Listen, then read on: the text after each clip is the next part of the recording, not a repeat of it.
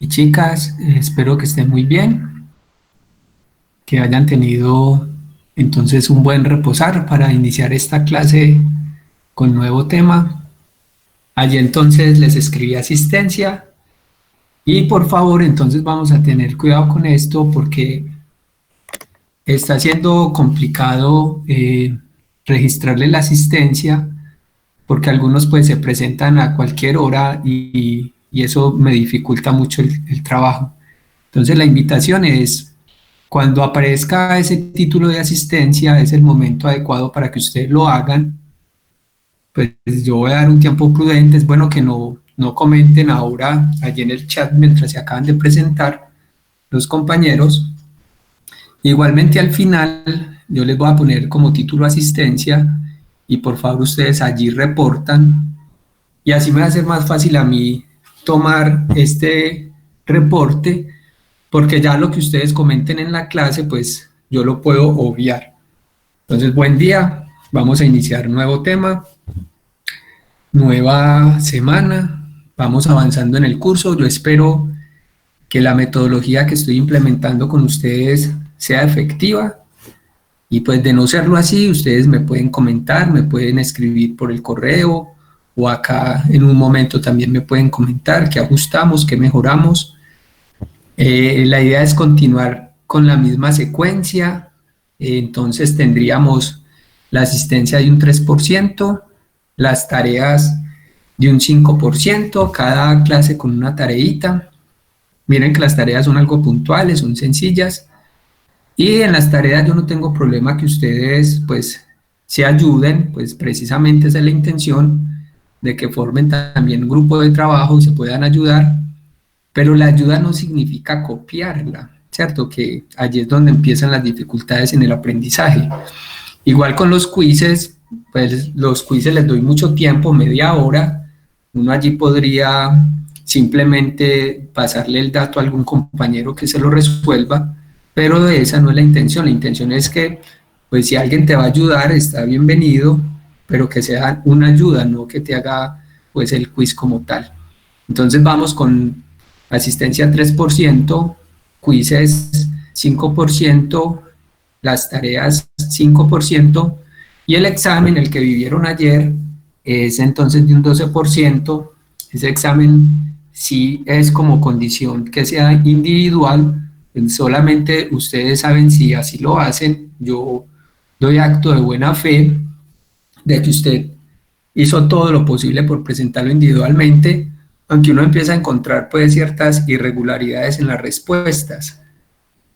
O sea, yo me equivoco en una solución, pero ese error se transmite en muchas más soluciones. Entonces, allí uno empieza pues como a dudar de la transparencia del examen, pero bueno, ya cada uno sabe cómo lo hizo ayer y eso queda en su conciencia. Los que lo hicieron conscientemente y se arriesgaron, yo los felicito, esa es la idea de en ese examen del 12%, usted entonces sacar todo el potencial, todo lo que se ha preparado y demostrar pues que está aprendiendo no para mí, sino para usted mismo, que sepa que ha sido efectivo entonces el trabajo que ha desempeñado durante el proceso para presentar el examen. Entonces yo los felicito por esta primera parte. Ahorita al final de clase les comparto entonces ya cómo queda la nota del 25%. Recuerden que en el CIA no van a aparecer todas esas notas que yo les he proyectado, ¿no? En el CIA aparece una sola nota del 25%, que es la sumatoria de lo que les he comentado. Entonces aquí 2 minuticos si alguien tiene algo por decir para que podamos empezar entonces la clase.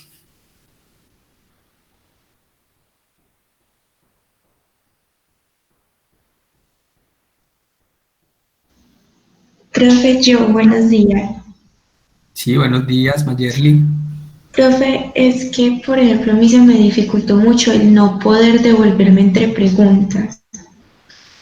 Porque, por ejemplo, yo rectifico como 8 veces antes de enviar el examen, o primero miro cuáles preguntas están más difíciles para saber a cuáles les dedico más tiempo, y así sin poder saltar entre preguntas es muy difícil, porque era como que, ay, bueno, la primera me salió difícil y entonces, pero si le dedico mucho tiempo a esta, me va a quedar poquito tiempo para las otras, pero no sé cómo están las otras. Y después me tocaban unas fáciles y me sobraba tiempo. Entonces yo creo que para la administración del tiempo eso no es muy conveniente. Yo sé que usted nos ha colaborado mucho, pero es que en serio esa parte sí se me dificultó mucho. Sí, Mayerly, muchas gracias por tu apreciación, pero desafortunadamente, pues a eso nos llevan algunos hechos que uno va registrando durante el semestre y pues yo inicialmente no les iba a hacer el examen de esa forma, pero pues en diálogos y revisando situaciones tocó hacer 3 temas con preguntas aleatorias, eso pues tratando lo máximo de que el examen fuera lo más individualmente posible. Pero no se preocupen por el tiempo, yo les calculo, todo está calculado para que usted durante el tiempo pueda hacer el examen que se le proyecta. O sea, no todos los ejercicios van a tener la misma intensidad de dificultad y pues la idea es que si te sale un punto difícil es porque seguramente va a haber un punto fácil donde se compensen los tiempos. Entonces, para el próximo examen, pues ya has aprendido de este primero y si te llega uno difícil, pues lo enfocas con el tiempo necesario, que seguramente luego, como te digo, va a haber uno fácil. Entonces, muy seguramente así será el siguiente examen, ¿cierto? La idea es que ustedes cada vez vayan afinando un poco más, que podamos resolver situaciones de mayor nivel de complejidad en menos tiempo, eso es como la idea. Para esta primera parte de este segundo tema, vamos a hacer también tareas por grupos, entonces hoy se les van a asignar 2 tareas, ustedes van a estar divididos en 2 grupos.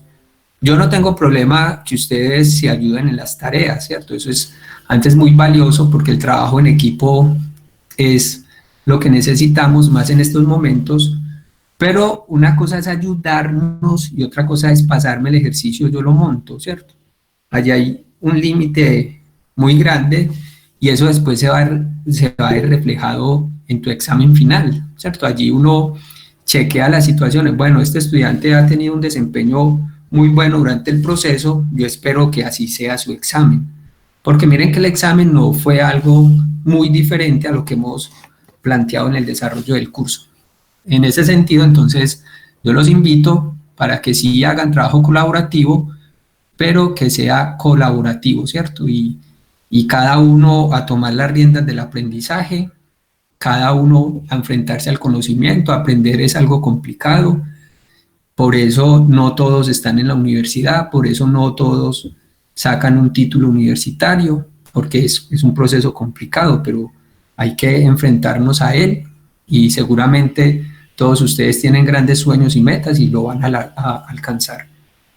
Bien, entonces finalizando allí, les cuento que al final entonces les activo el link de las notas para que usted pueda ver cómo va a quedar su nota final. Va a ser la última casilla que dice nota, la que se va a reportar en el CIA. Y vamos a empezar nuestro tema, entonces les voy a compartir acá, para empezar la pantalla, nuestro siguiente tema, que es el tema de enlace químico. Profe, buenos días, una pregunta. Sí, dime. Nosotros podemos acceder a las respuestas del parcial. A la respuesta como tal, no, pero ya sí puedes revisar tu examen y mirar en cuáles has fallado.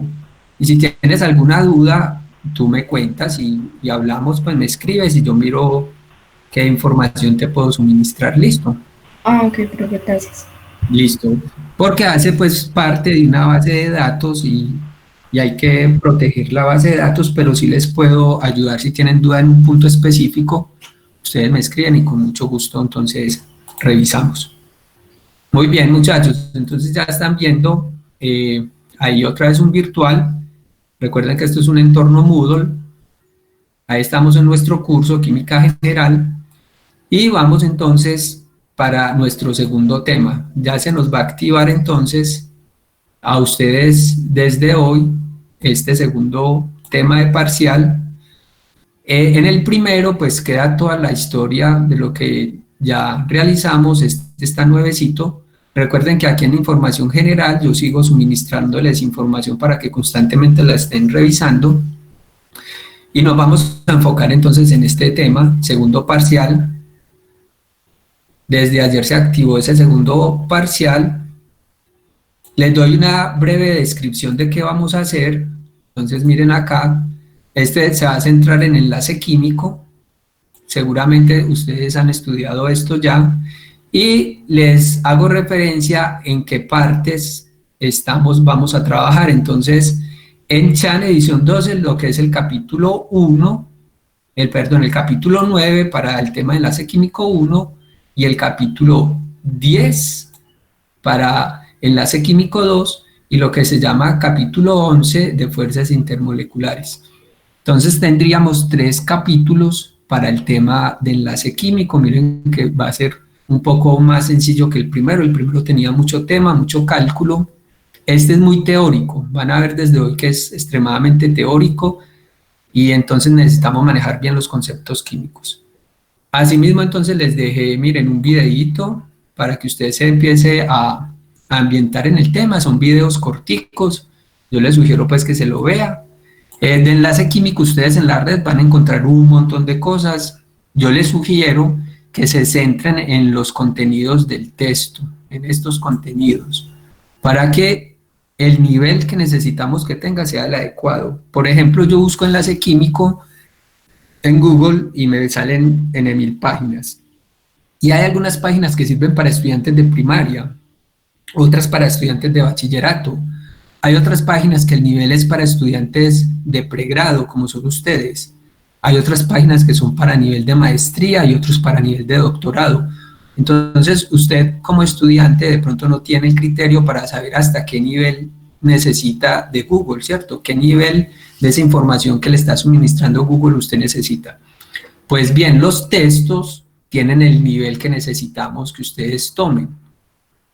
Por eso inicialmente estudia los textos. Si usted quiere ya complementar algo más, tienes tiempo de sobra, entonces pues entra a la red y empieza a buscar lo que hay de enlace químico, pero inicialmente vamos a la fuente original. Y como les dije, vamos a tener 2 tareitas para hoy. Entonces, igual que el examen, usted ensaya si pertenece a esta tarea o a esta tarea, y la idea es que la resuelvas de hoy a mañana, pues antes de la clase, y la adjuntas es una tareita sencilla de los temas que vamos a tratar hoy. ¿Hasta ahí alguna duda? ¿Todo bien? Entonces vamos a iniciar nuestro tema de enlace químico. Ustedes saben que el enlace es una interacción.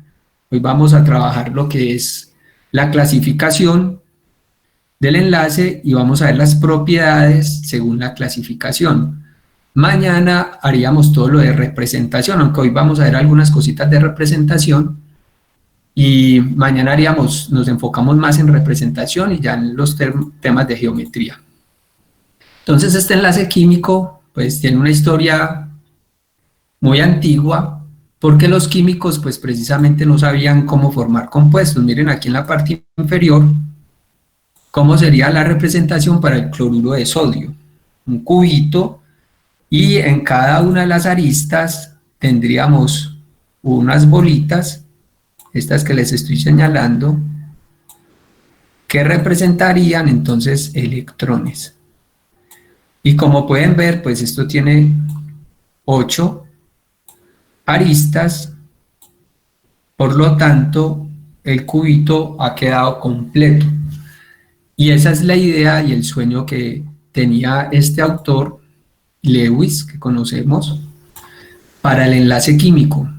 Entonces, ¿el que pensaba del enlace? Esta es la imagen que van a encontrar en el texto, Lewis allí en su laboratorio.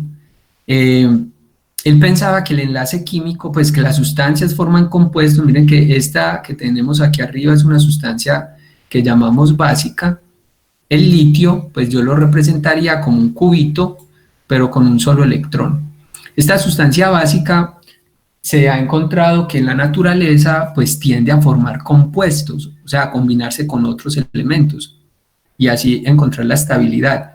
¿Cómo explicaban ellos esa estabilidad? Pues Lewis hizo esta teoría y dice que precisamente los electrones de la última capa o del último nivel, los electrones más externos, son los que participan en dichas combinaciones. Ustedes ya saben que esos electrones se les denomina electrones de valencia y por tanto entonces el enlace químico es una interacción entre los núcleos y las nubes electrónicas, especialmente esos electrones de valencia. Así sucesivamente, mira, tú puedes tener representaciones de átomos, berilio y magnesio con 2 aristas, aluminio con 3, silicio y carbono con 4, pero finalmente lo que buscamos es que todo el cubito esté completamente ocupadas sus aristas por electrones.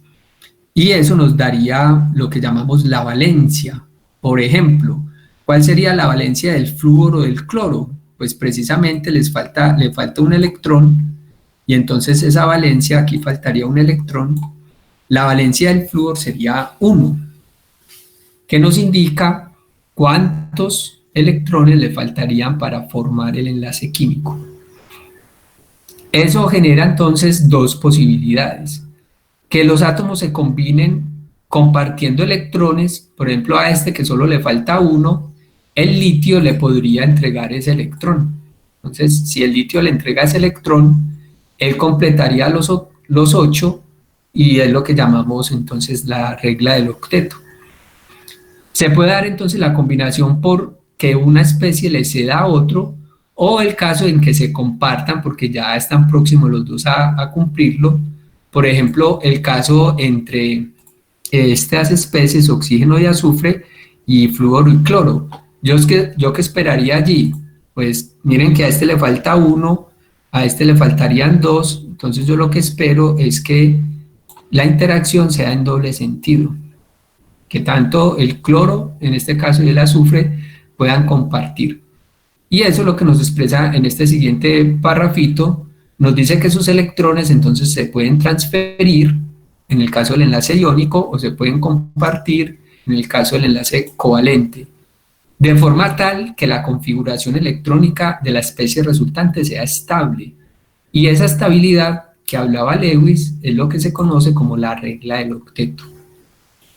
Entonces nuestra visión del enlace químico hasta este momento es por esta teoría que la llamamos la teoría de Lewis. Hay varias teorías para enlace, pero aquí nos vamos a centrar hoy en la teoría de Lewis, y para esta teoría lo importante entonces es tener 8 electrones en el último nivel. ¿Y cómo lo podemos lograr? Transfiriendo electrones o cediendo electrones o compartiendo electrones. ¿Alguna duda hasta allí? Bien, entonces acá tenemos un ejemplo de transferencia de electrones.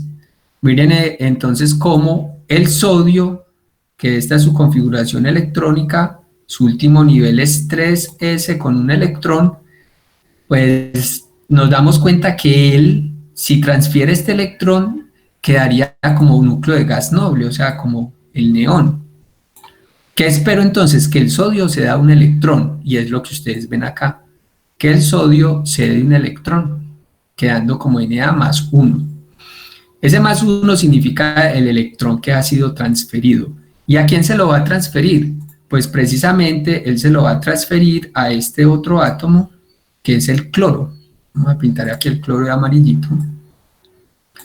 El cloro de amarillito. Miren que el cloro tiene una configuración en el último nivel que nos suma 7 electrones. Si yo transfiero el electrón del sodio, pues obtendríamos esta configuración para el cloro. Nos da en el último nivel 8, o sea, isoelectrónico con el argón. Vemos entonces cómo ese sueño de Lewis aquí se cumple.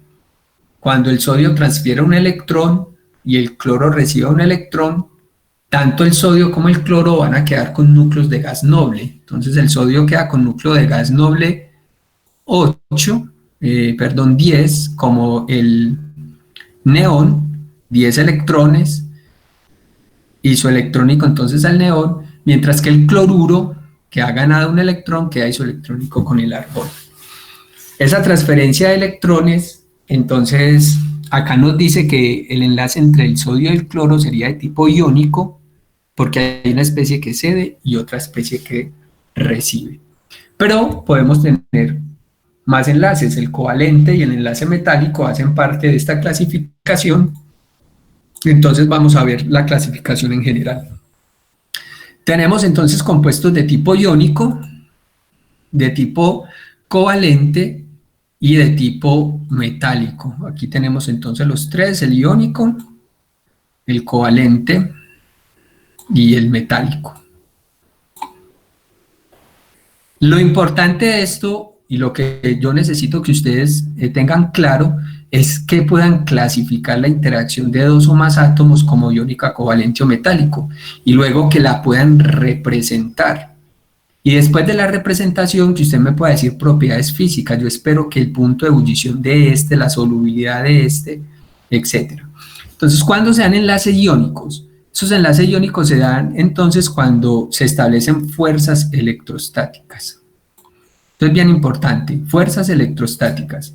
¿Qué es la fuerza electrostática? La que existe en especies que tienen cargas. ¿Qué tipos de cargas? Entonces vamos a tener cargas positivas o iones positivos, lo que llamamos cationes, y cargas negativas, o sea, aniones. El enlace iónico entonces es específico. Para que se dé un enlace iónico, un átomo debe ceder electrones y otro los debe recibir. En este ejemplo tenemos otra vez el cloruro de sodio y lo que ustedes pueden ver es que no es una molécula. Miren que esto no es una molécula, esto es un agregado de iones. A esto lo llamamos una red iónica o red iónica cristalina. Entonces los compuestos iónicos no existen en forma molecular. Seguida vamos a precisar un poquito más eso de molecular, sino en forma de redes. En este caso, redes iónicas porque hay una especie positiva y una especie negativa. Entonces, enlaces iónicos, fuerzas electrostáticas, se caracterizan por tener iones positivos y negativos que nos forman redes. Miren acá el término de redes. Pero si ustedes ven el término de redes, también puede aplicar para metálicos, también puede aplicar para covalentes. Entonces vamos a ver cuál es entonces la diferencia entre estos. Vamos con el enlace iónico. El enlace, metálico. El enlace metálico, miren aquí la representación, también se ve una red. En este caso se llama una red metálica. Pero ¿cuál es la diferencia de esta red con la red iónica? Pues que en la red metálica los electrones se pueden mover libremente.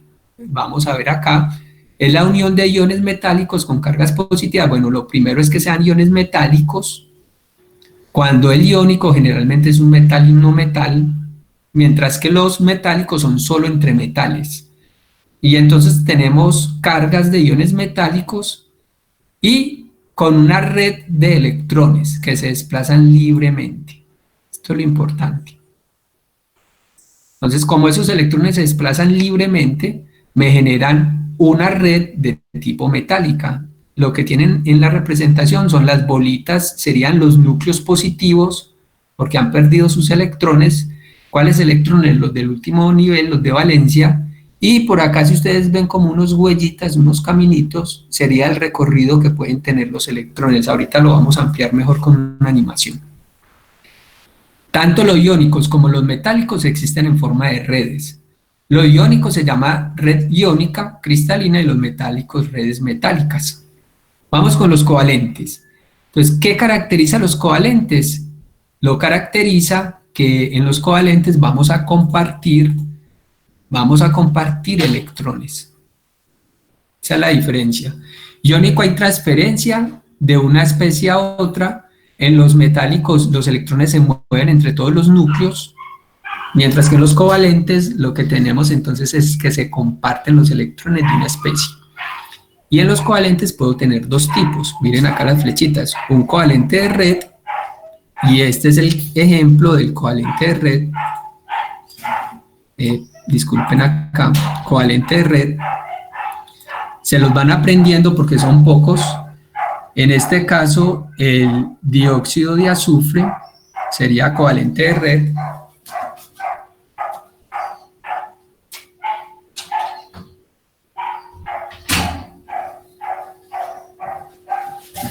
Bien, un segundito ahí que el perrito del vecino se alborotó.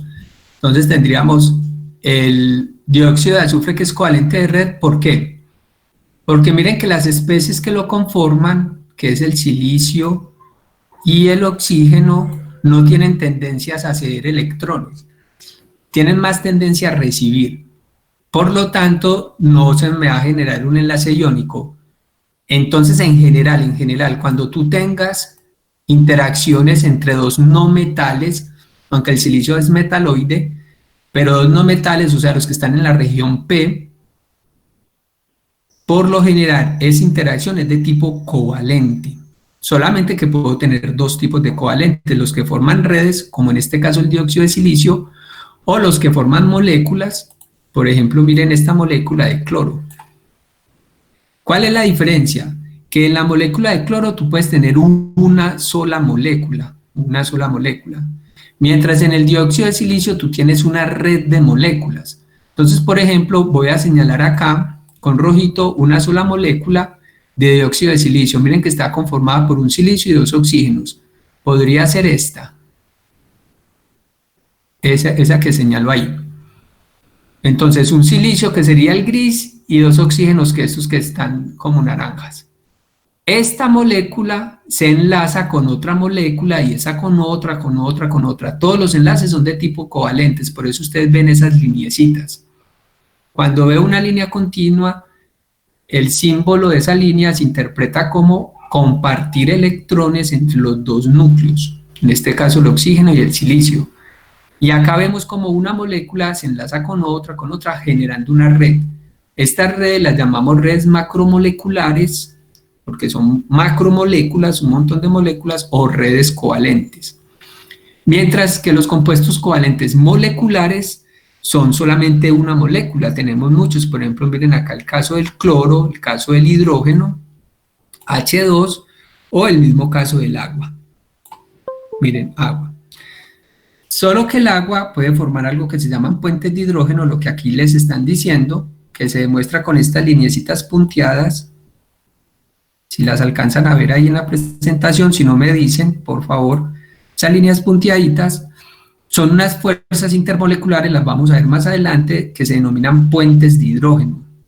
¿Qué hacen esos puentes de hidrógeno? Conectar una molécula con otra, pero no en esta forma. Miren que esta forma es continua, que me indica que es un enlace químico, un enlace covalente. Aquí es punteadito, que significa que es una fuerza entre moléculas. Entonces el agua también me puede generar un tipo de cristales, si ustedes lo conocen, el hielo, gracias a sus puentes de hidrógeno. Pues bien, de esta diapositiva, ¿qué nos interesa que ustedes reconozcan? Que podemos tener compuestos de tipo iónico, metálicos y covalentes, que iónicos y metálicos son siempre en forma de redes así que no puedes tener una sola molécula, mientras los covalentes tú los puedes tener en forma molecular o en forma macromolecular, y eso es muy importante para las propiedades que ahorita vamos a especificar. Muy bien, hasta ahí ¿cómo vamos? Estoy atento a las dudas. Bueno, vamos a empezar con las animaciones. ¿Cuál es el otro tipo de enlace de los covalentes? Enlace covalente, el enlace covalente solo es uno, enlace covalente, ¿cierto? Pero lo podemos empezar a clasificar como enlace covalente polar, no polar, o en este caso también como enlace covalente molecular o macromolecular. Entonces vamos a ver, por ejemplo, esta animación, no, esta enseguida la hacemos. Vamos a ver el enlace metálico. Muy bien, entonces para el litio, si se está viendo bien, si no me dicen por favor, el litio como tiene 3 electrones, mírenlos allí, y el del último nivel se sale del entorno nuclear. ¿Qué hace ese electrón? Si yo tengo otro átomo de litio, pues ese electrón lo que va a hacer es girar en torno a todos los átomos de litio, mírenlos acá, y esto se conoce como la teoría de mar de electrones, y lo que nos genera es una red metálica. Como lo pueden ver aquí al final, nos habla de redes metálicas, y es precisamente esos núcleos están rodeados de electrones. Por ejemplo, este electrón no sabemos de qué átomo es. ¿Por qué? Porque todos están deslocalizados. Y tenemos núcleos positivos porque todos perdieron su electrón y los electrones desplazándose entonces en torno a cada uno de ellos. Teoría de mar de electrones que permite explicar, por ejemplo, la conductividad eléctrica de los compuestos metálicos. Característica, siempre el núcleo debe ser un metal. No necesariamente tiene que ser el mismo metal. Aquí tengo una sustancia pura. Yo puedo tener lo que llamamos aleaciones, que es mezclar dos metales, y entonces tendría de nuevo enlace metálico porque esos electrones entonces estarían girando en los núcleos atómicos de los metales respectivos. Muy bien, ese sería entonces nuestro enlace metálico. Ahora, ¿cómo clasificamos? Uno diría, bueno, yo puedo tener muchas combinaciones. Miren, por ejemplo, esta tablita nos está hablando de las posibles combinaciones. Por ejemplo, en la parte inferior tenemos al yodo y al bromo. Y uno diría, bueno, ¿cómo caracterizo yo la interacción entre yodo y bromo? Pero en la parte superior tengo, por ejemplo, litio y flúor. ¿Y qué te piden entonces? Por ejemplo, Chan te va a decir, clasifica esto como iónico o como covalente. Pero ¿qué tal si estamos por aquí en el centro? ¿Cómo sé yo si es iónico o covalente? Entonces, muy seguramente ustedes aprendieron en el colegio que la electronegatividad, que es una propiedad de enlace, electronegatividad, nos permite a nosotros acercarnos a predecir si el compuesto es iónico o es covalente. En este caso, entonces miremos que tenemos algo que se llama porcentaje de carácter iónico. Lo voy a señalar acá, este eje, porcentaje de carácter iónico comparado con la electronegatividad. Entonces, por ejemplo, vamos a hacer el fluoruro de litio, este que vemos en la parte superior. Fluoruro de litio. Muy bien. Si yo quiero hacer el fluoruro de litio y clasificarlo según su porcentaje de carácter iónico, pues en esta tablita lo tengo hecho, es sino leer qué porcentaje y estaríamos más o menos como por acá, ¿cierto? En porcentaje. Y yo a eso le podría poner que casi un 80%, algo así, ¿cierto? Un 80%, etcétera. Carácter iónico. Pero ¿cómo lo hago con los valores de electronegatividad? Entonces, si ustedes tienen su tabla periódica a la mano, por favor, para que chequen, muchas tablas periódicas tienen en uno de los dos lados el porcentaje de carácter iónico. ¿Cómo se calcula? Entonces, buscaría la electronegatividad del litio. Entonces, vamos para el litio, mírenla acá, que es 1. Yo lo señalo más gordito. Litio, que es 1, y la otra sería la del flúor, que es 4. Entonces, bien, tendría la electronegatividad del litio y del flúor. Y lo que hago es una resta. Entonces, yo restaría el 4, que tiene siempre el mayor menos el menor, ¿cierto? 4 para el flúor, 1 para el litio, y eso nos daría una electronegatividad, una diferencia de 3. Ok, entonces con esa diferencia de 3, ¿tú qué haces? Vas a la tabla periódica y buscas esa diferencia de 3, qué porcentaje de carácter iónico tiene. Entonces, como les digo, algunas tablas de ustedes tienen el porcentaje de carácter iónico en uno de los dos lados y ahí usted podría chequear. Si el porcentaje te da superior al 50%, mira que acá tenemos el 50%, tú podrías decir que ese compuesto es de naturaleza iónica. Entonces lo que tenemos acá de este punto en adelante, todo esto son sustancias que yo puedo clasificar como sustancias iónicas. Mientras que las sustancias que estén por debajo de ese porcentaje podrían ser entonces compuestos de tipo covalente. ¿Cuándo es metálico? Pues metálico cuando usted tenga dos o más especies que sean metálicas. Aquí no, miren, litio es metal porque está en esta región de la tabla, flúor está en esta región, recuerden que están los no metales. Entonces metal y no metal, pues uno esperaría que fuera iónico y aquí es iónico, así para todo este lado. Mientras cuando tú bajas, mira que hidrógeno, pues el hidrógeno está en este sitio hidrógeno, pero él es un no metal, solo que está en el grupo 1 por tener un electrón de valencia. El hidrógeno, entonces, es un no metal y el flúor es un no metal. El enlace yo lo espero covalente y así con todas estas especies. Miren, todas son interacciones entre metales y no metales, entre no metales, por lo tanto son de tipo covalente. Pero en química hay muchas excepciones. Listo, ya enseguida vamos a las excepciones. ¿Alguna duda hasta ahí? Estamos clasificando primero. Bueno. Entonces, ahora sí entremos a esta animación. Miren, aquí nos vamos a ver lo del porcentaje de carácter iónico. Tenemos dos núcleos atómicos. Tengo el núcleo atómico 1, lo voy a pintar de amarillito, y el núcleo atómico 2.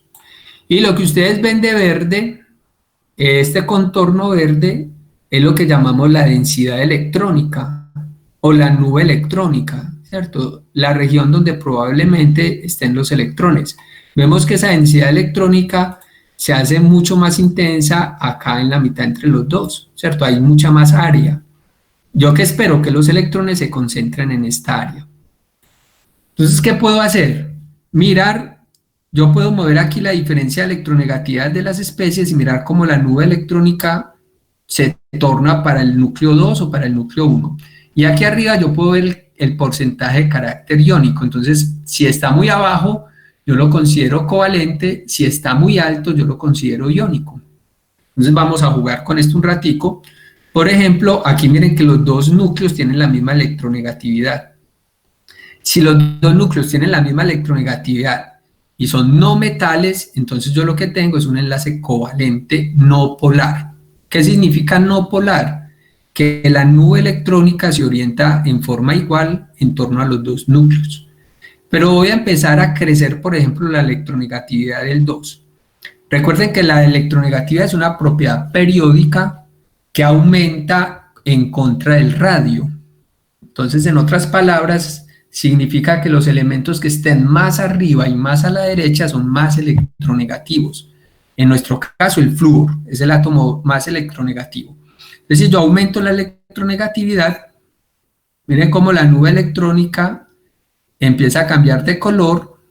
El color nos está indicando entonces un potencial de energía electrostático y cómo los electrones se van desplazando. Miren la nube cómo se amplía para el núcleo 2.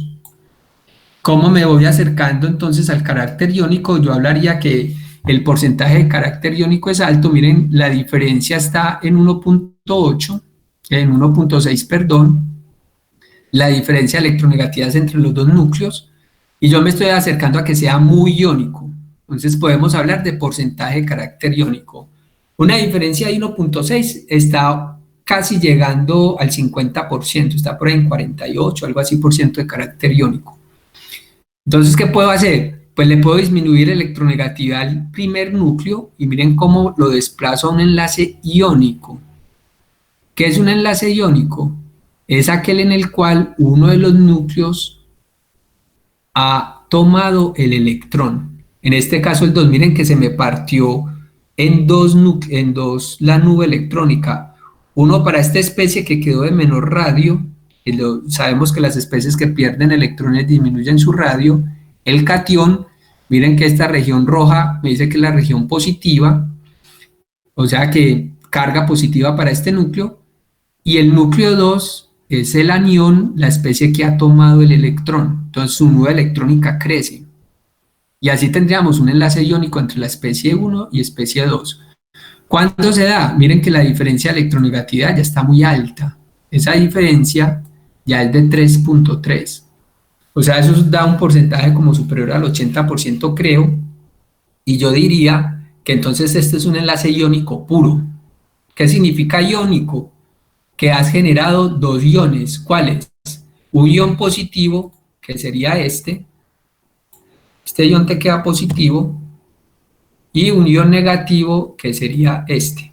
Entonces generas catión y generas el anión. Catión, el que pierde el electrón, anión el que lo gana, y tú dices que la interacción entre esos dos núcleos es de tipo iónica. Mientras si la diferencia de electronegatividad es similar, miren, tengo los dos con 4, el enlace es covalente. Entonces en este punto yo puedo clasificar el enlace como iónico covalente según la diferencia de la electronegatividad. Pues bien, si está por encima del 50%, tú podrías decir que el enlace es de tipo iónico. Si está por debajo del 50%, que es covalente. Y si está en el 50%, ¿qué hacemos? ¿Qué hacemos si está en el 50% de carácter? Más o menos por acá. Es como por acá. 50%. Entonces, el enlace no es ni iónico ni covalente puro, sino que tiene una mezcla de los dos. Y eso lo llamamos un enlace covalente polar. Enlace covalente polar. Está muy polarizado. ¿Cómo así que está muy polarizado? Que la nube ya está tendiendo a uno de los dos núcleos. En ese sentido, entonces, yo puedo tener enlace covalente puro, apolar. Miren, por ejemplo, los dos con la misma electronegatividad, enlace apolar, significa que la nube se orienta en forma igual a los dos núcleos. Enlace covalente polar significa que la nube se orienta más a uno de los núcleos, ¿a cuál? Al más electronegativo. Y es tan polar hasta que se convierte en iónico. Hasta ahí, yo espero que vamos muy bien. Si tienen alguna duda, estoy atento entonces a que me pregunten, muchachos. Profe, pero se puede decir que en el enlace covalente polar aún se sigue compartiendo electrones, o sea, aún no existe como la diferenciación de iones, que cada uno es ion y está enlazado por la fuerza electrostática. Bien, cuando el enlace covalente es polar, aún no se han generado iones, entonces decimos que aún se comparten los electrones. Solamente que hay un núcleo que retiene más la nube electrónica, y hablaríamos ahí de un enlace covalente polar. Bueno, muchachos, miren, entonces uno podría concluir que hay muy poquitas especies que son iónicas puras, y otras que son covalentes puras, que uno lo que tiene es una relación entre las dos, o sea, especies que son covalentes polares tirando a iónico. Y es más, hay algo que se llama triángulo de enlace, y ese triángulo de enlace nos dice que hay especies que pueden ser iónicas covalentes o metálicas al tiempo. Y también tenemos muchas excepciones. Recuerden que la electronegatividad se hizo experimentalmente, la hizo Pauli, y él puso unos valores. Estos valores que ustedes ven acá de 4, 3,5 son valores experimentales, todos referidos al flúor. Al flúor se le dio el valor de 4 más electronegativo, y en términos de él se le establece el valor de electronegatividad a los demás. Pero eso no significa que si a mí me da una diferencia de electronegatividad, por ejemplo, de 2, el enlace tenga que ser covalente. Hay muchas excepciones. Por ejemplo, yo les voy a enseñar algunas y ustedes se las van memorizando, listo, que en el texto no las van a encontrar. Por ejemplo, el berilio. Pues el berilio tiene unas características muy importantes. Aquí bien despiertos a tomar nota, que esto es muy importante. El berilio, el magnesio, calcio, estroncio, bario y radio son del grupo 2. ¿Y eso qué consecuencias tiene? Que presentan sus orbitales apareados. Miren que el grupo 18 no está. Entonces, ¿qué significa? Que generalmente los elementos del grupo 18 son estables y no tienen enlace químico, ¿cierto? No se enlazan.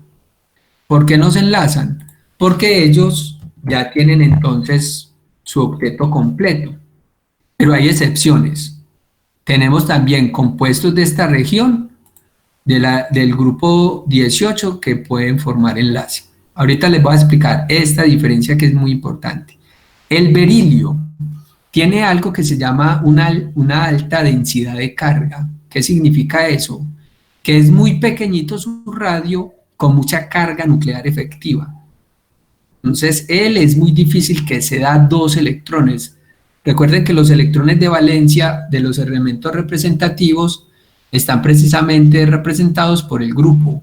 Por ejemplo, todos estos tienen solo un electrón de valencia, mientras los del grupo 2 tienen 2 electrones de valencia.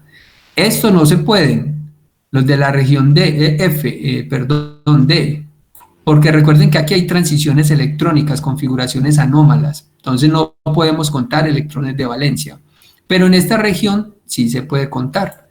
Entonces los del grupo 13 tendrían 3 electrones, los del grupo 14 4 electrones de valencia y así sucesivamente. ¿A qué vamos? Que el berilio, como les acabo de decir, tiene una densidad de carga muy alta y él solo forma enlaces de tipo covalente. ¿Qué significa? Que ningún átomo, ni el flúor, por ejemplo, el flúor que es muy electronegativo, ni el flúor es capaz de quitarle los electrones al berilio. El concepto, sí, dime. Usted dijo que, es que no le entendí lo de los de Valencia, lo que acaba de decir de los de Valencia. Sí.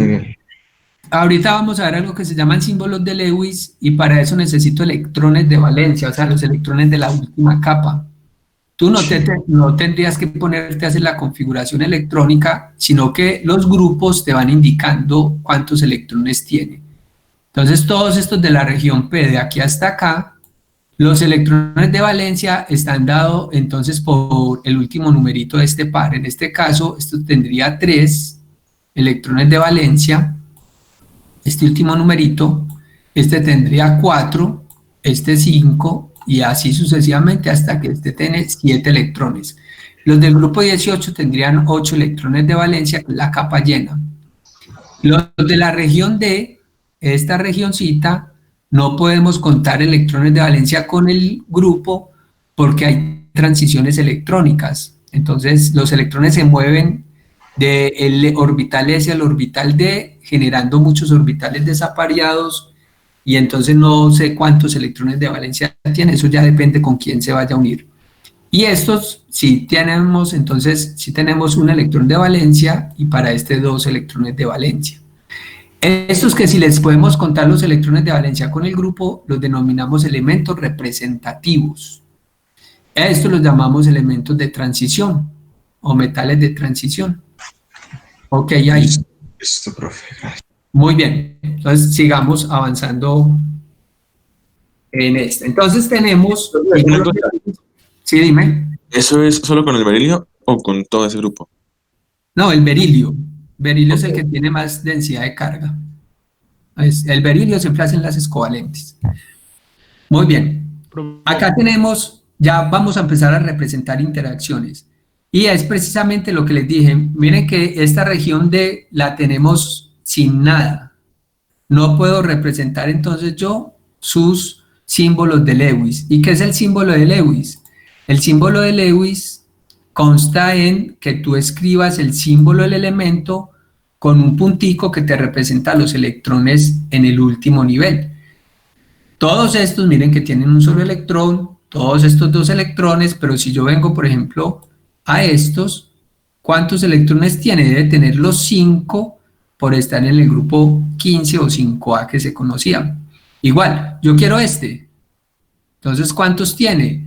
Los electrones que corresponden a ese grupo, que serían 7 electrones. Miren que los gases nobles tienen octeto completo, 8 electrones, ya están por parejitas, y que el helio es una excepción, porque el helio, recuerden que es gas noble con 2 electrones, debería estar ubicado en la tabla periódica en el grupo 2. Aquí en este cajoncito debería estar. Pero por su inercia, su inestabilidad y por ser un no metal, lo ubican en el grupo 18. Miren que todos estos también están apareados, 2 electrones, tienen 2 electrones en el último nivel. Eso significa que son especies estables. Muy bien. Entonces el símbolo de Lewis... Profe, una pregunta. Y dime. ¿Por qué el helio pues tiene los 2 electrones ubicados así? Porque están en el único nivel que tiene, que es el nivel 1. Entonces lo aparea, indicando que es poco probable que él forme enlace. Mientras cuando tenemos electrones desapareados, miren, electrones desapareados, indica que posiblemente formen enlace tratando de aparear ese orbital. Entonces acá tenemos electrones desapareados, Esto indica que son muy reactivos. Acá los pintan desapareados porque estos también pueden reaccionar, aunque como ustedes saben, este está en el nivel 2s2, o sea, estaría pareado el orbital, pero tiene una cierta reactividad por ser metal. Muy bien. Entonces tenemos el flúor, miren el símbolo, con cualquiera de estos, y yo lo que puedo hacer es empezar a combinar. Entonces, ¿qué formo si uno el flúor con el hidrógeno? Entonces, ¿qué me dicen? ¿Qué se forma? Hidruro, ¿Cómo? No te oí. hidruro de flúor. Difluoruro de flúor. Entonces, miremos, recordemos la idea. Primero, el enlace sería de tipo iónico o covalente. Tú clasificas. Luego de clasificar, tú puedes representar. Entonces, clasifiquemos iónico o covalente. Iónico, ¿Por qué iónico? porque Es le covalente. serviría, ¿no? Para Yo digo que es covalente. Lo estábamos viendo en la tabla. A ver, pero vamos a dejar la línea que va a justificar. Profe, yo diría que es iónico porque pues el hidrógeno tiene un electrón desapareado. En cambio el flúor pues le falta uno, entonces es más fácil que se lo sea, que lo compartan. Pero si el hidrógeno toma uno, queda como miren, si el hidrógeno toma uno, se convierte en helio, 2 electrones, pues, isoelectrónicamente hablando, no como núcleos, sino como electrones. Y si tiene 2 electrones sería estable. Si el hidrógeno toma uno, si el flúor, perdón, toma uno, quedaría como el neón. Miren que esa rayita quedó muy bueno, quedaría como el neón. Entonces allí sería isoelectrónico este con este con este. Entonces lo que estamos viendo es que lo que esto nos genere es una especie de tipo covalente. Entonces uno se sorprende, ¿cómo que covalente? ¿Sí? ¿Cómo esperas que el hidrógeno pierda su único electrón? Ese electrón está muy fuertemente retenido. Él necesita otro electrón. Igual el flúor no lo va a ceder, él necesita uno para completar el octeto. Y acá entonces lo que se da es que se compartan los electrones. Además lo puedes ver, ya te doy la palabra, lo puedes ver desde este punto de vista. El hidrógeno es un no metal y el flúor es no metal. Interacción entre dos metales es de tipo covalente siempre.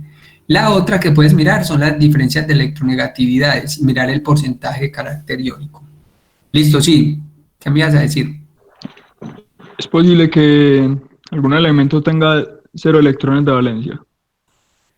Un elemento con 0 electrones de valencia, pero es una especie que se le quitan los electrones. Por ejemplo, al hidrógeno yo le puedo quitar con energía ese electrón y dejarlo solamente como un protón, como un núcleo. Eso sí se puede hacer. Bien, entonces, Por ejemplo, en la tabla periódica me sale que el helio tiene 0 electrones de valencia.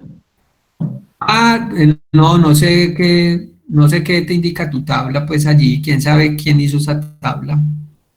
Pero llamamos electrones de valencia a los electrones del último nivel. Eso es lo que llamamos. Entonces, ¿quién sabe el autor de esa tabla que tú tienes que está expresando con eso? Entonces tenemos de tipo covalente. Profe. Sí. Dale, yo primero. Gracias.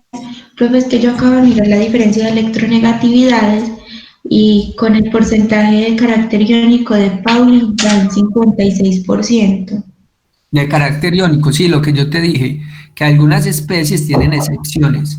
Entonces ya te dije, por ejemplo, que siempre con el berilio va a ser excepción. Y aquí te estoy mostrando entonces el fluoruro de hidrógeno o ácido fluorhídrico, se escribe entonces de esta forma, HF, se nombra, si es un gas, se nombra fluoruro de hidrógeno. Ahí no voy a poner pues tildes por este programita. Fluoruro de hidrógeno, si es un gas y es un compuesto de tipo covalente. Entonces, ¿a qué vamos? A que la diferencia de electronegatividad sirve en muchos casos, pero no en todos. uno también tiene que acudir a las propiedades que tienen las sustancias y a lo que se ha construido de ellas.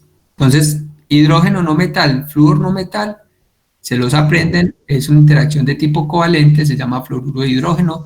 Más adelantico vamos a ver algunas propiedades de él. Vamos con el otro. Profe, y que los de la región S también son no metales, ¿cierto? La región S es esta, que te voy a pintar acá de rojo. Esta es la región S. Y todos esos son metales. Los únicos no metales, te los voy a pintar aquí verdecitos, son estos que hay por acá. Baja por acá. Y los que están alrededor del aluminio, germanio, se llaman metaloides. Todos estos son no metales. De resto, todo lo otro metálico. Muy bien. Vamos con este, entre el litio y flúor. ¿Ustedes qué esperan?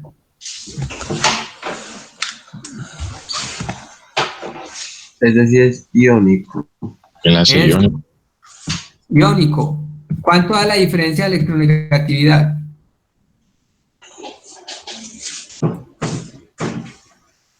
Como 89 en mi tabla. En mi tabla sale 89. ¿89 la diferencia o el porcentaje? No, 3. Porcentaje. 3. La diferencia era como 3. La diferencia como 3, una diferencia muy alta. Entonces yo diría que esto es un compuesto de tipo iónico y se llamaría fluoruro de litio. Lo podemos representar así. Esta entonces sería la unidad fórmula. Les voy a escribir eso que es importante. Esto lo llamamos unidad fórmula porque el compuesto es de tipo iónico. Mientras que este es covalente, entonces tengo dos opciones, que sea covalente molecular o covalente de red.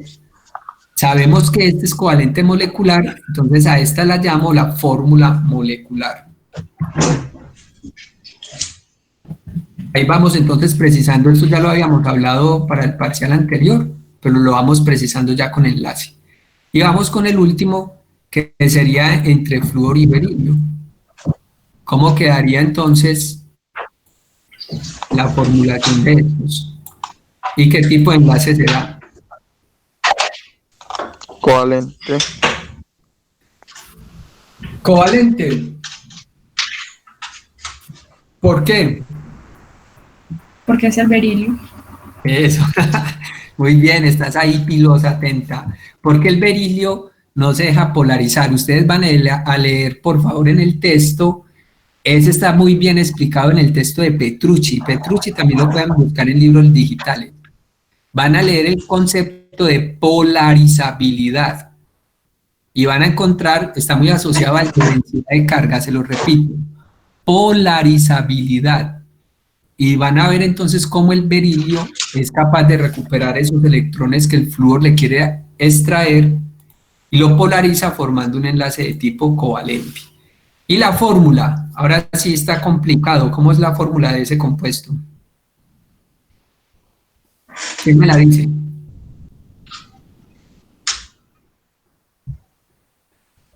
BF.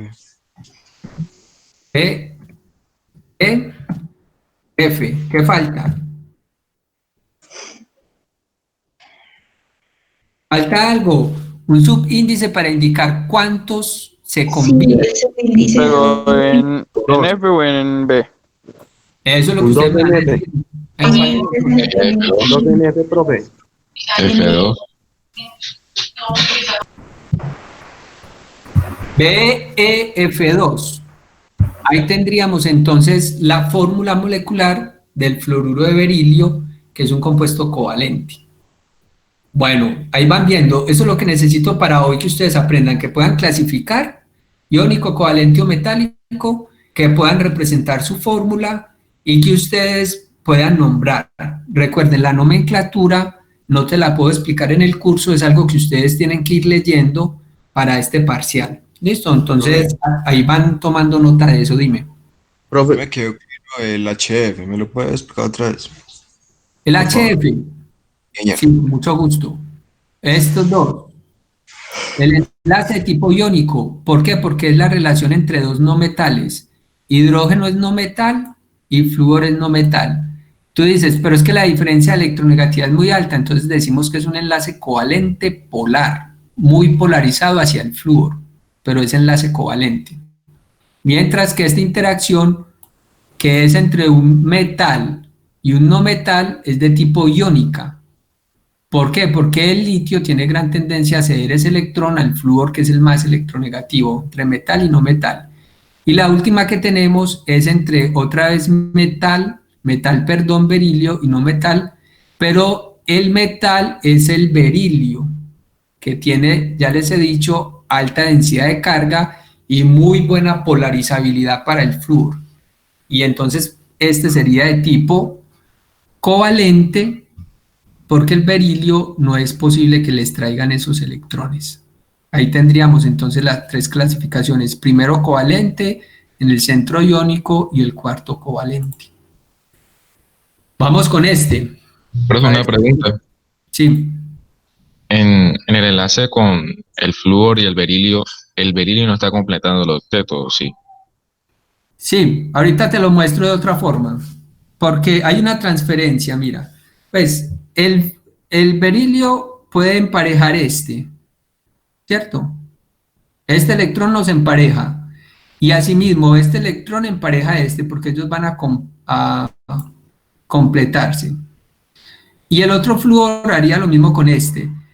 Entonces, ¿qué tendríamos? Tendríamos que para el berilio, él tendría solamente 4 electrones. 4 electrones. Y no cumple el sueño de Lewis de tener 8, pero es que el sueño de tener 8 electrones es muy limitado, es para muy pocos átomos. Listo, entonces llamamos una excepción a la regla del octeto, que el compuesto existe, es estable, pero con el berilio con 4 electrones. Igual, el flúor y el hidrógeno, mira que también es covalente. Entonces, ¿qué pasaría? Que el hidrógeno sí le completa el octeto al flúor, pero el flúor solamente deja el hidrógeno con 2. Y con 2 no ha completado el octeto son 8. Pero él quedaría isoelectrónico con el helio, que tiene también 2. Esa es otra excepción, se le llama a veces la ley del dueto, y es que él puede ser estable con 2 electrones.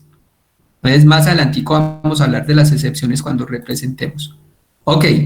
Profe, una pregunta. Y sí, dime. en el enlace del flúor con el berilio, ¿por qué en la fórmula se escribe F2?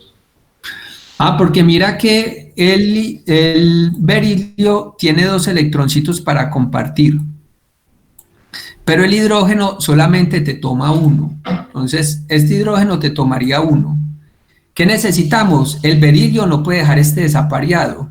Entonces, este se lo tiene que compartir ¿a quién? A otro núcleo de flúor. Entonces, vendría acá el otro núcleo de flúor con sus electrones, y por eso necesito 2 flúor para un solo berilio. Listo, perfecto. Ok. Listo. Bien, mira que acá también lo vas a comprender mejor. Tú me puedes ayudar con esta. ¿Cuántos hidrógenos necesitas para completar el octeto al carbono? 4. Eso, entonces, ¿cómo quedó la fórmula? CH4.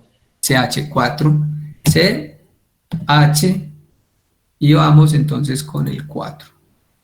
¿Y el enlace de tipo?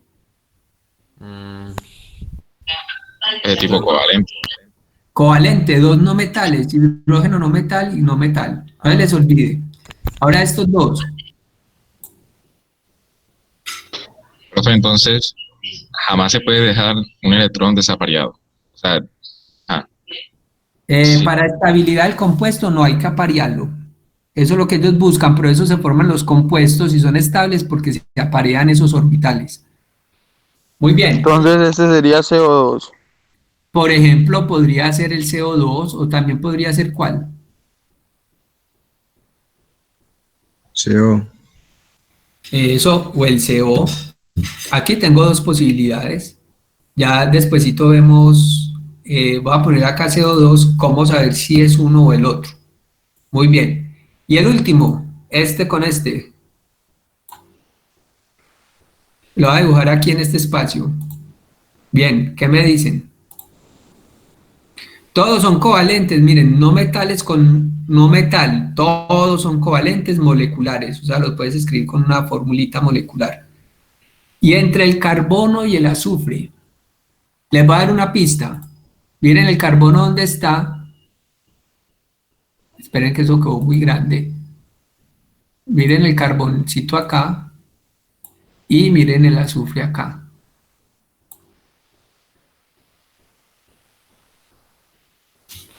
A este le faltan solo 2 electrones para el octeto, a este le faltan 4 para el octeto.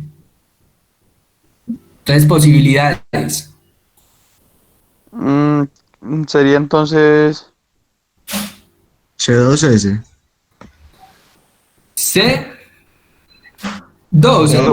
sí, C2, S. No, CS2. CS2, ese me gusta, CS2, o también ¿cuál? CS. Igual que lo hicimos con el oxígeno, miren que el oxígeno está en el mismo grupo que el azufre. Entonces, cualquiera que coja de este grupo con el carbono me da las dos combinaciones posibles que da con el oxígeno, o CO o CO2. Si lo hago con el azufre, CS o CS2, así sucesivamente. Eso lo llamamos la valencia o la capacidad de combinarse. Muy bien. Profe, entonces el hidrógeno se comporta, pues es un no metal. Sí, no metal, y entonces él lo que hace siempre es compartir ese electrón. Listo. Muy bien, aquí estamos entonces en la polaridad del enlace. ¿Cómo saber si el enlace covalente? Ojo, esa polaridad de enlace es para enlaces de tipo covalentes. Enlaces de tipo covalentes, mírenlo acá. Los enlaces covalentes tú los puedes clasificar en polares o apolares o no polares. ¿De qué depende? De cómo la nube electrónica se distribuye entre los dos núcleos. Por ejemplo, esta primera, yo veo que la nube está igual, entonces yo digo que es apolar. Además, miren que los dos núcleos son hidrógeno, tienen la misma electronegatividad, o sea que los electrones están jalados con igual forma los dos núcleos. Igual acá, cloro y cloro, pues en el centro me va a quedar los electrones de la nube electrónica porque ambos tienen igual fuerza, covalentes apolares. En cambio este ya vemos que está polarizado. Miren cómo el cloro se llevó la nube electrónica, entonces se me polarizó hacia el cloro. Ya este es un enlace covalente polar. ¿Cómo sabemos nosotros cuándo es polar y cuándo no? Pilas pues con esta, que también en el texto no creo que esté. El enlace va a ser polar y la diferencia de electronegatividad te da mayor a 0.4. No, pues tiene que ser mayor. Y te da justo 0.4 es apolar. De nuevo, cuando el enlace lo llamo covalente polar, tú lo llamas covalente polar, entonces cuando la diferencia de electronegatividad sea mayor a 0.4. Así pueden verificar la de hidrógeno y flúor. Y entre más alto sea, más polar es. ¿Hasta cuánto es polar? Si llega más o menos hasta 1.2, 1.8, 1.9, ya uno lo puede considerar tan polar que es de tipo iónico. Entonces, por decirlo así, digamos que el hidrógeno esté, por ejemplo, en que en 2 y el cloro esté, por ejemplo, en 2.5. Pues en la electronegatividad, entonces sería polar. Entre el hidrógeno 2... No, que el hidrógeno esté en 2, que el hidrógeno esté en 2 y el cloro en 2.5. Sí, sería polar. Polar. Sí, muy bien. Profe, en el texto ya aparece que para que sea iónico tiene que superar la diferencia 2. O sea, Muy bien, para que ese porcentaje de carácter iónico esté por encima como de 68%. Eso sí es posible. ¿Cierto? Pero no es una regla, no es que siempre tenga que dar ese valor, porque hay muchas excepciones. Entonces ya con eso ustedes pueden hacer... esperen un segundito. Esta animación... No nos va a dejar correr la que yo quería. Bueno. Esperen un segundito, mientras tanto yo les busco una animación que van a hacer. Mientras tanto, tenemos las características según el enlace, que es muy importante.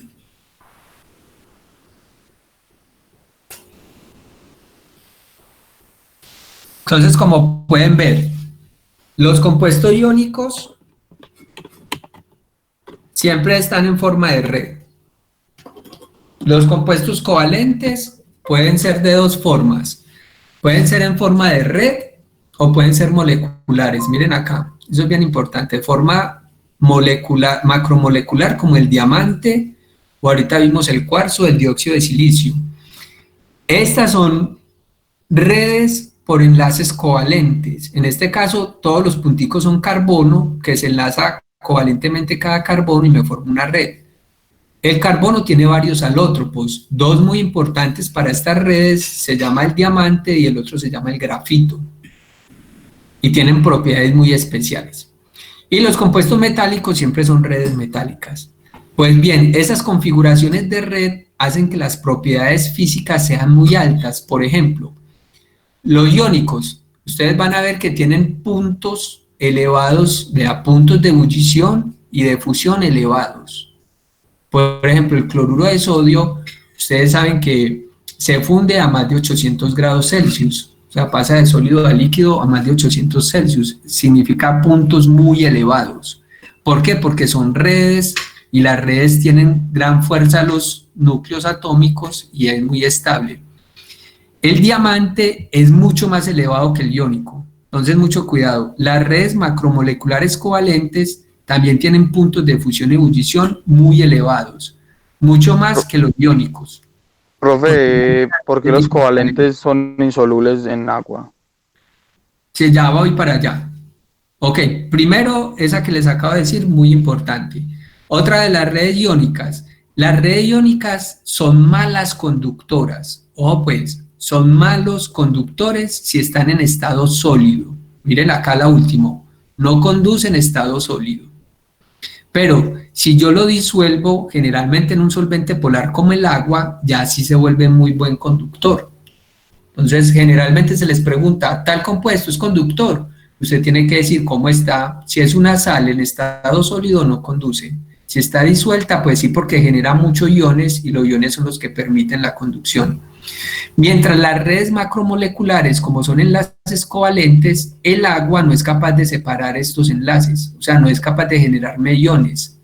Por eso estas redes no son conductoras y por eso no son solubles. Los compuestos covalentes no son solubles en agua, en forma general, pues uno lo dice. Hay algunos que son solubles en agua, por ejemplo, la glucosa es un compuesto de tipo covalente y es soluble en el agua. El agua misma es un compuesto covalente, ¿cierto? Entonces, cuando decimos que no son solubles, insolubles en agua, es en general la mayoría, pero hay algunas excepciones. Los macromoleculares de red sí son todos insolubles, ¿cierto? Y tenemos que esa insolubilidad también nos da puntos de fusiones altos. Las redes metálicas también son insolubles en agua, y los puntos de fusión y ebullición son variables. Aquí nos dicen que elevados, pero hay algunos que son bajos y otros que son altos. ¿Hasta ahí vamos bien? Bueno. A ver, yo como vamos de tiempo, vamos excelente. Voy a buscarles aquí la animación que quiero que veamos.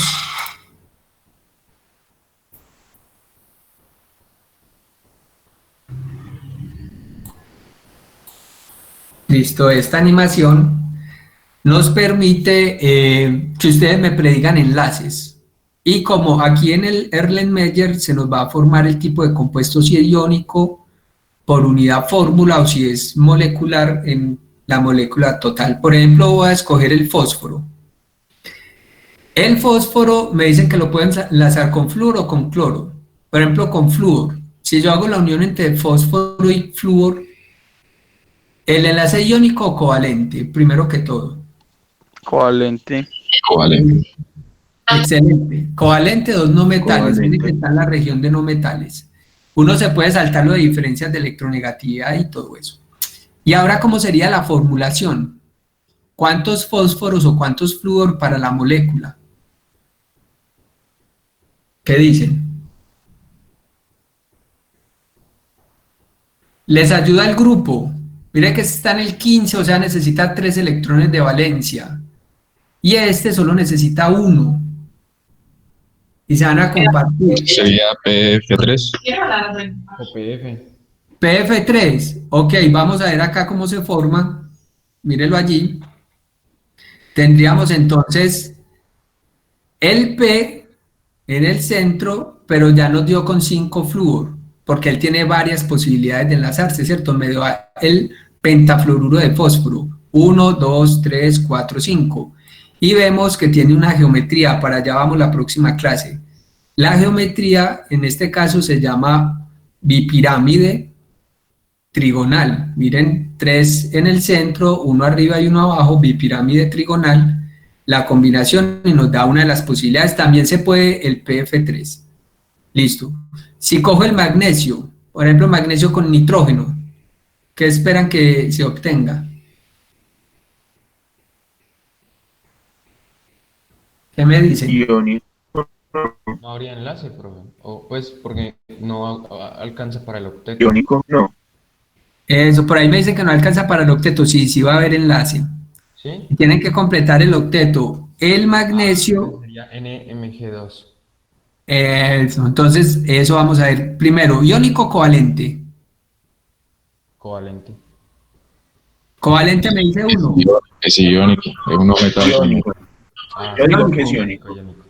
Bien, tenemos muchachos que generalmente cuando el metal, ojo, metal es de esta región y el no metal es de esta región, acá muy cerquita, tenemos entonces lo que son compuestos de tipo iónicos. Entonces yo esperaría que fuese iónico, puedes verificar la electronegatividad y ahora viene cuántos magnesios y cuántos nitrógenos, o sea, cómo quedaría la fórmula del compuesto.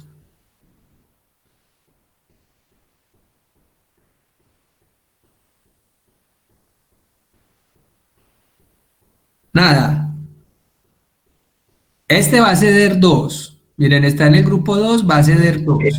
NMG2. Nada. El nitrógeno necesita 3. Y este solo le puede dar 2. Entonces, ¿cuántos magnesios necesito? 3. 3, bien. ¿Y cuántos nitrógenos? 2. Eso. Entonces nos quedó la fórmula. N2MG3. MG3. 3 N2. y N2. Esa, bien. Entonces, mírenlo acá. 3 magnesios, 1, 2 y 3, con carga más 2. Significa que han cedido 2 electrones. Y 2 núcleos de nitrógeno con carga menos 3. Significa que el nitrógeno ha tomado los 3 electrones. Este es un compuesto iónico, por eso ven iones positivos y negativos. Y tenemos entonces la unidad fórmula generada por 2 nitrógenos y 3 magnesios. Bueno, vamos a finalizar, por ejemplo, bueno, el hidrógeno, vamos a tomar el hidrógeno, miren cómo es de pequeñito. Ahí está con el flúor, por ejemplo, pero lo podríamos hacer con el nitrógeno otra vez. O con el oxígeno, ¿con cuál quieren? En el nitrógeno, que se ve más complicado. Hágale. Listo. Iónico covalente. Covalente. Covalente, los dos son. Excelente, no metales covalente. Ya tenemos claro esa. ¿Y cómo queda la fórmula? No quedaría H3N. ¿Cuál? H3N. H3N. H3N. Pero se escribe NH3. ¿Lo conocen? El amoníaco. Tírenlo acá. Ahí tienen entonces el nitrógeno en el centro y los 3 hidrógenos. Ya esta geometría es diferente porque tiene solo 3 núcleos. Luego vamos a ver que con un parcito de electrones y entonces Cuando hay electrones presentes, ya la geometría pues cambia por algo que se llama repulsión. Esto lo vamos a ver en la próxima clase. Muy bien, excelente con esta animación. Y vamos entonces a clasificar y las propiedades, ya con esta vamos a finalizar hoy. Profe, pregúntame, dime. ¿cómo sabe cuál se coloca primero? ¿Cómo sabemos cuál se coloca primero? Según la función química.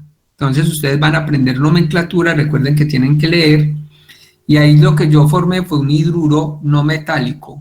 El amoníaco se clasifica hidruro no metálico, y en ese caso el hidrógeno va de último. Si fuese un ácido, entonces lo escribiría H3N con el hidrógeno al inicio. Entonces la función química te ayuda a formular. Muy bien. Vamos a clasificar. ¿Cómo es la fórmula del yoduro de calcio? Entonces es interacción entre yodo y calcio. ¿Cómo se representa la fórmula?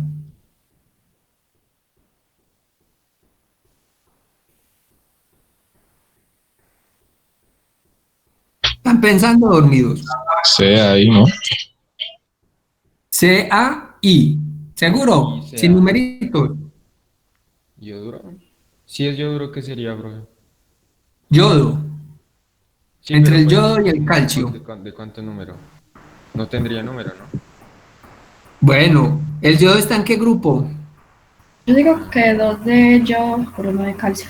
Esa, estás bien. 2 de yodo por 1 de calcio. ¿Sería iónico, covalente o metálico?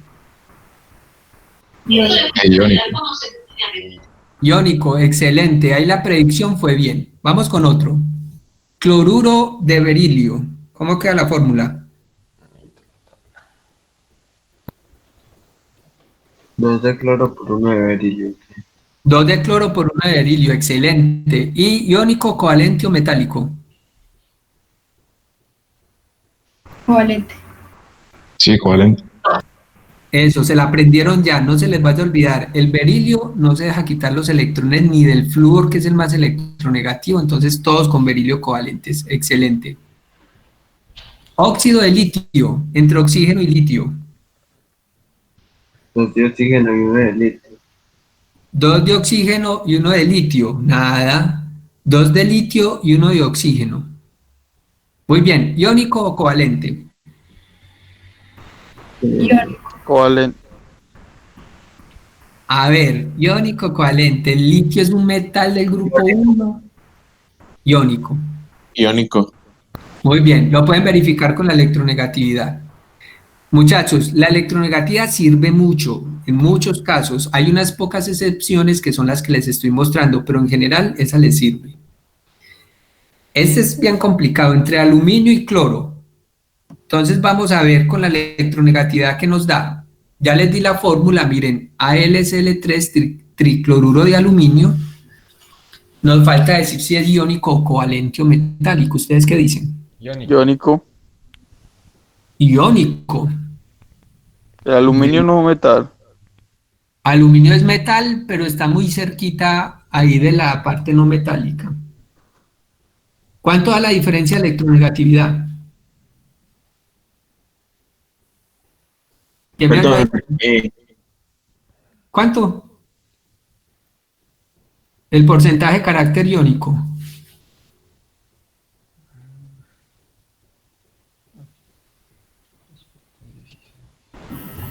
La diferencia es de 1.5. 1.5, eso es covalente. Ahorita un compañero nos dijo que Chan decía que diferencia de 2 para ser iónico. Entonces miren, la sustancia se comporta de dos formas. Una se comporta como iónico si está en estado sólido y se comporta como en el estado líquido como covalente. Y según la electronegatividad yo la puedo clasificar como covalente. ¿A qué nos lleva este punto? A que las sustancias, a ellas no les importa ser iónicas o covalentes, ellas existen. Los que le ponemos el rótulo somos nosotros, los seres humanos, pero ellas tienen unos comportamientos físicos y químicos que son los que determinan su naturaleza. Profe, Ahora sí la pregunta. para saber su estado. Ah, no, eso te lo tenemos que indicar, pero aquí yo te lo traigo es para que ustedes se quiten pues el rótulo de que siempre algo tiene que ser tal, si me da una electronegatividad de tanto, no, eso no es cierto siempre, eso nos ayuda mucho a clasificar, pero hay unas excepciones. Entonces ya vemos una clara, la del berilio, que no se deja quitar electrones, siempre van a ser compuestos de tipo covalente, y por ejemplo, el cloruro de aluminio, que según el estado puede ser iónico covalente, es más, tenemos algunas que pueden ser iónico covalente o metálico, eso es complicadito. Entonces, ¿tú qué harías en el caso del examen, por ejemplo, con este compuesto? Pues este compuesto en la literatura, el libro que estamos siguiendo, lo reportan como covalente, entonces tú simplemente aquí te ayudas de la electronegatividad y te dejas guiar por ella, quedaría un compuesto covalente. Miremos este entonces, aluminio y flúor, trifluoruro de aluminio, ¿ustedes qué les da?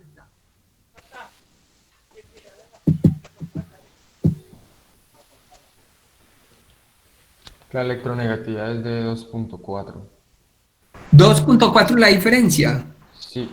Listo, esto daría entonces ¿qué? Iónico. Iónico. Listo, de un iónico. Pero entonces entre el aluminio y el yodo. Miren que esos tres ejemplos han sido con el aluminio. Aluminio y cloro, aluminio y flúor y ahora aluminio y yodo. ¿Qué esperaría yo? Covalente, no. Covalente, muy bien. Entonces, allí el concepto que nos sirve para explicar esto se llama polarizabilidad. Otra vez se los menciono. Polarizabilidad. Resulta que el yodo es una especie que tiene un radio muy grande. El cloro es una especie con radio muy grande. El flúor es una especie con radio pequeño. Entonces, ¿qué pasa? Cuando una especie de radio pequeño le roba electrones a otra, por ejemplo en este caso el flúor al aluminio, el aluminio no es capaz de rescatar esos electrones por la carga nuclear del flúor. Por favor, para que cierren un micrófono que haya allí abierto, porfa. Gracias. Mientras que en el caso del yodo, el yodo es muy grande. Cuando él le roba el electrón al aluminio, pues el aluminio va a poder competir por ese electrón y lo polariza. Ese es el concepto de polarizabilidad. La facilidad que tiene el aluminio cuando queda en cation de rescatar ese electrón. Y entonces un enlace que al principio si estaba tornando iónico, pues en definitiva se vuelve covalente porque el aluminio me polariza el yodo. Entonces en este caso covalente y tiene que ver también con los radios atómicos. Y vamos con este que es bien complicado, entre el sodio y el silicio. ¿Ustedes qué dirían?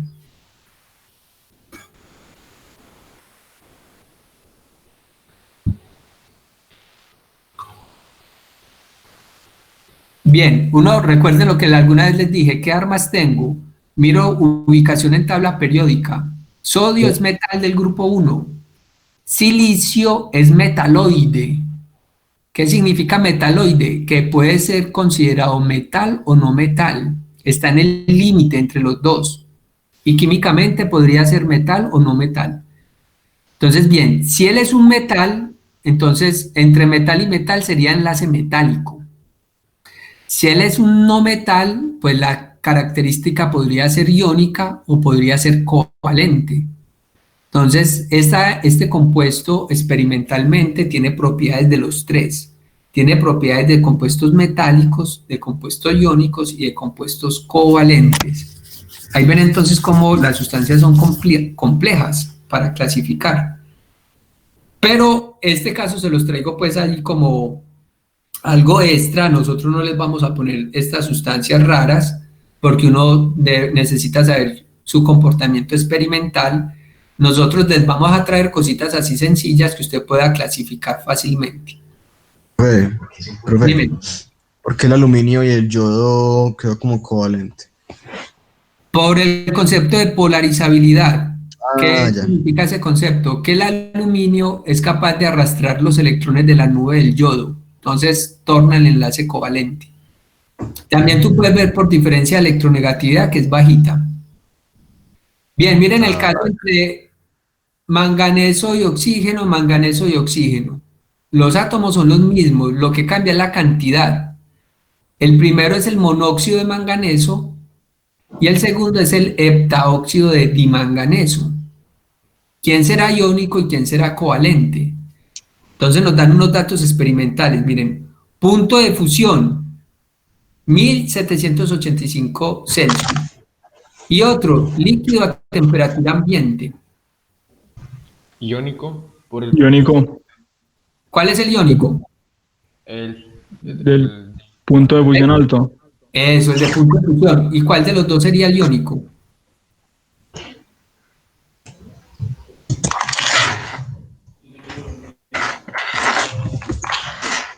Vamos bien, el que tenga punto de fusión alto es iónico, pero ¿cuál de los dos será iónico? Profe, en ese caso no sería el...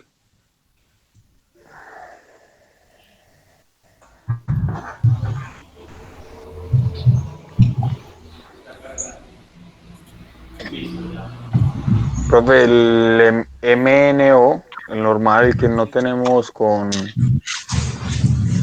Muy bien, ahí aciertas. Entonces, ¿cuál es la explicación? Cuando ustedes tengan un metal, en este caso el manganeso, con estado de oxidación muy alto, el estado de oxidación de este manganeso es +7. Eso más adelantico se los voy a explicar, yo creo que mañana. Como el estado de oxidación es muy alto, el manganeso tiene comportamientos de no metal. Entonces aquí tendría entre dos no metales un enlace covalente y los covalentes son líquidos a temperatura ambiente. Mientras en este caso que el estado de oxidación es bajito, es de +2, el comportamiento sería iónico y por lo tanto un punto de fusión alto. Excelente. Finalizamos con esta. Mira qué bueno, esto es como para examencito de quiz, que tú tengas que hacer un apareamiento. Entonces debo encontrar el punto de fusión según la sustancia. Cloruro de sodio, ¿qué punto tendrá? Pues lo más fácil es ir a internet, ¿cierto? Y buscarlo, pero la idea es que en la presencialidad los estudiantes no tienen facilidad de internet y tienen que sacarlo con los datos teóricos, con lo que hemos dicho. Entonces, armas para esto. Primero clasifico si es iónico o covalente. O Profe, metálico. por ejemplo, entonces en este caso el manganesio con el oxígeno tendría un punto de ebullición alto, no sería iónico. ¿Por qué? Pues todos son iónicos, que es el primer paso. Metal y no metal, metal y no metal, metal y no metal, todos iónicos. Ahora, entre compuestos iónicos, ¿cómo sé quién tiene el punto más alto? Miren que todos son altos, pero hay un mucho más alto. ¿Cómo lo sé? Por lo que usted dice, la oxidación. Pues, profe, perdón. El que tenga la diferencia de electronegatividad más alta tiene el enlace más fuerte y por lo tanto tiene un punto de ebullición más. Ay, ya me perdí. Es que leí punto de ebullición. Sí. No, nada, pero está cercano. No con- Profe, pero entonces en este caso entonces el NAF sería el que tiene menos punto de fusión, porque es el que en este caso el F sería el que tiene más electronegatividad. Sí, ese criterio no sirve. El que dijo el compañero, que con la diferencia electronegativa, mira, no nos sirve. Lo tenemos que ver es con los iones. Entre el catión sea más pequeño y el anión sea más grande, la interacción es más fuerte. Va con radios. Entre uno sea más pequeño y el otro más grande, la interacción es más fuerte. En el caso de iónicos. Entonces te tocaría saber los iones que se generan acá, los que se generan acá y los que se generan acá. Y son precisamente los estados de oxidación. En ese sentido, el sodio tendría estado de oxidación de +1 y el cloro de -1. ¿Por qué? Porque el sodio pertenece al grupo 1 y el cloro al grupo 17. Por favor, cierran el micrófono. Hay un micrófono allí abierto. Sí, gracias. Es que siempre la interferencia molesta acá un poco.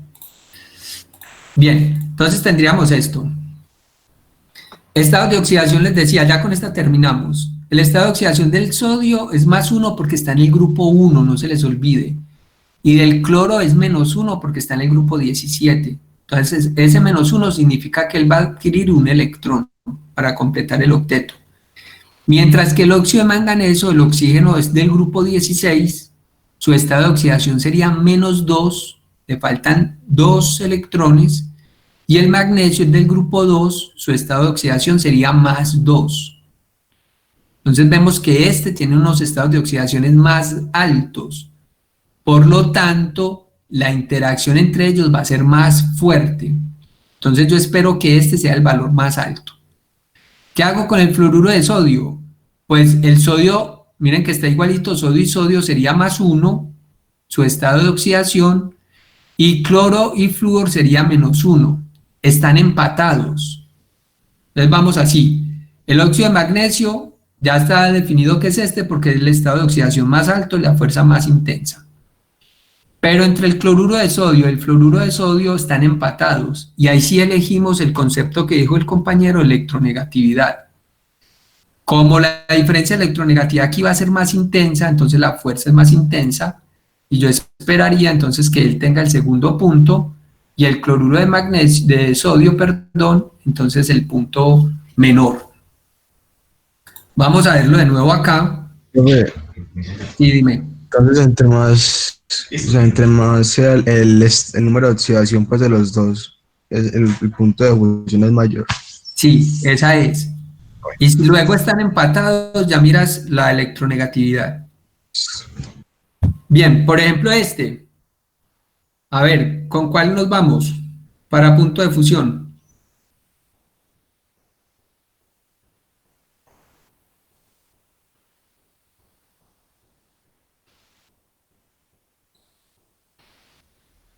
Con el del aluminio y el oxígeno, profe. Este es el más alto, porque el aluminio sería +3 y el oxígeno -2. Excelente. Luego Profe, pero entonces con el dato anterior de, pues ya sabemos que NAF pues también sería 993, ¿cierto? Eso, véalo ahí. Ya con ese te ayudas y ya nos desempatamos. Ahí quedamos, muy bien. Entonces digamos que este es el segundo porque el estado de oxidación del calcio es +2 y este es el último porque su estado es +1. Entonces vamos con estados de oxidación. Y otra propiedad que tenemos es la solubilidad. Sabemos que los iónicos son solubles en agua, pero hay grados de solubilidad, hay unos más solubles que otros. Entonces acá vamos a poner uno al que sea más soluble. ¿Quiénes dirían ustedes? Profe, ¿y uno cómo hace para saber la solubilidad? Y ahí viene, esa es la pregunta. Entonces la solubilidad es inversa a la fuerza. ¿Qué significa? Que el que tenga más fuerza, en este caso la fuerza se llama electrostática, el que tenga más fuerza de atracción es menos soluble. ¿Cuál de estos tiene más fuerza de atracción? El aluminio. El aluminio con el oxígeno. Eso. Entonces yo espero que este sea el menos soluble. Mientras que este que tiene menos fuerza, porque es entre +1 y -1, sea el más soluble. O sea que están organizados por solubilidad. Más soluble el fluoruro de sodio, el segundo soluble el fluoruro de calcio, y el menos insoluble, la literatura lo reporta insoluble, miren, es compuesto iónico insoluble, el óxido de aluminio. Bueno, muchachos, hasta ahí esta clase. La próxima clase, que es mañana, vamos a hacer representaciones. Acá les voy a dejar, vamos ya para estas representaciones de iónicos y covalentes. Yo les dejo para que ustedes lean estas dos últimas diapositivas. Acá tenemos unos ejemplos, y esta última que es explicar por qué estos valores, ¿cierto? Clasificarlos como iónicos, covalentes o metálicos. Y espero que la clase pues les haya sido provechosa, me hayan entendido. Recuerden que ya les voy a activar la tarea, ya les voy a poner la asistencia. Ya se empezaron a presentar. Bueno, entonces terminamos de presentarnos ahí al final de la clase. Les dejo la tarea ya activa, ya está disponible, y les voy a poner las notas. Nos vemos mañana, que tengan un feliz día con mucho aprendizaje. Profe, pero espera, usted lo que ha dicho de que la tarea que en grupos. No, tú eliges, pues hay dos tareas, entonces tú miras en cuál tarea te ubicas y haces la tarea. Ya lo otro, Ah, si tú la entiendes, si alguien está por ahí complicadito y tú le quieres